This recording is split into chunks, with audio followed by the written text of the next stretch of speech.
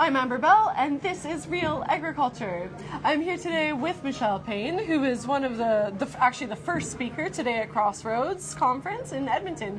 And it's great to see you, Michele. Yeah, great to be here. Thanks for having me. Okay, so your talk was pretty much on like how to tell our story as farmers. So do you want to kind of just mention a little bit about what you talked about this morning and what some of really those key things are when it comes to telling our story? Sure. So we really talked about being able to grow your voice and feed your voice as a farmer, as anyone in agriculture.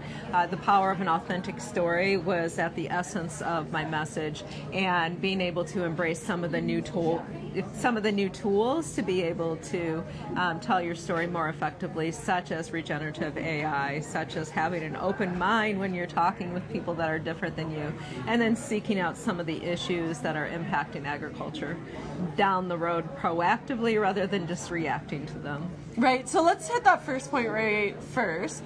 Regenerative AI, can you speak into that? What is that for growers that don't know? So ChatGPT, Perplexity, or some of the aggregators of the regenerative AI, such as, I can't even think of the one that I'm using, but there's a number of tools that came out. Of course, the one from China that just came out, I know nothing about that one because I'm not going to use it.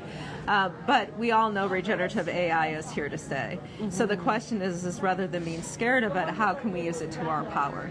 So the way that I use regenerative AI is as my intern, more or less. So I try to approach her, and mine is a her, from a friendly basis, and to utilize her for research in particular. It's an incredible aggregator of information. For example, I've been doing some strategic planning work, and it does an amazing job of pulling together information from focus groups and research and coming up with common themes and strategies. But it also is an amazing tool that we can use in agriculture to be able to role play and ways to talk with consumers. There are actually ways that you can get your computer to talk to you as though it's a consumer and you're a farmer if you want to practice. But more importantly, what I showcased today was really what the sentiment was around Canadian farmers, and found some information about seed oils and information about canola and so forth through Perplexity. Agriculture is a really interesting industry.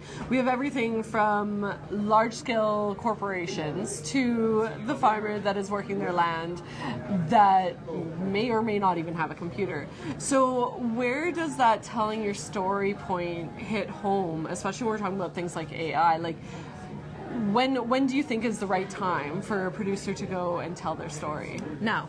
No, yeah. The challenge that we have in agriculture is we're late in telling our story because we've allowed others to tell our stories for generations now, and we're dealing with the consequences. When you look at GMOs, you look at sustainability, you look at animal welfare, you look at the raw milk debate in the states that I'm undergoing. It's been crazy. So now is the time to tell the story, and it doesn't matter whether you're large or small, male or female. It doesn't matter if you're in the States or Canada. Your story is the best thing that you can tell to be able to shape the conversation around agriculture. And one of the questions that I answered today was around, well, where do I need to do this? Mm-hmm. Well, the where is simple. You figure out where you can be most effective and that you're passionate about. For me, it's working with dietitians and making sure that they understand as food influencers how food is actually produced, what goes into canola production, what goes into raising animals and so forth. For others, it may be elected officials. For some, it may be going into the schools. So really it's about being able to identify where you can best tell that story. But everyone has a story in agriculture, and so few of us understand that we are the experts in a way that no one else is. I think we have massive imposter syndrome within agriculture, and we need to stand up and more effectively share with people why we do what we do. Right, and so for those growers, I think one thing that I heard from you this morning that was really impactful for me was quite often growers feel like, you know what, but I don't know all the science behind this, right? You made the comments about them being experts on their own farms. Yes. So if someone is looking to use a platform, let's say social media, they're going to go out on X, you know, what type of stories should they be telling? So social media is different for everyone. You need to know what your policies are in order to so you know what you're going to tolerate there. And I cited a couple of great examples. John Kowalczyk is one that does an amazing job in sharing videos, and he goes out there during planting, during harvest, during the summer, and he just has a conversation with people. That's all we need to do is have a conversation. So whether you're on Insta and you're sharing reels, Leslie is another one who started Do More Ag, and she's high heels in canola fields, and she does an amazing job as well.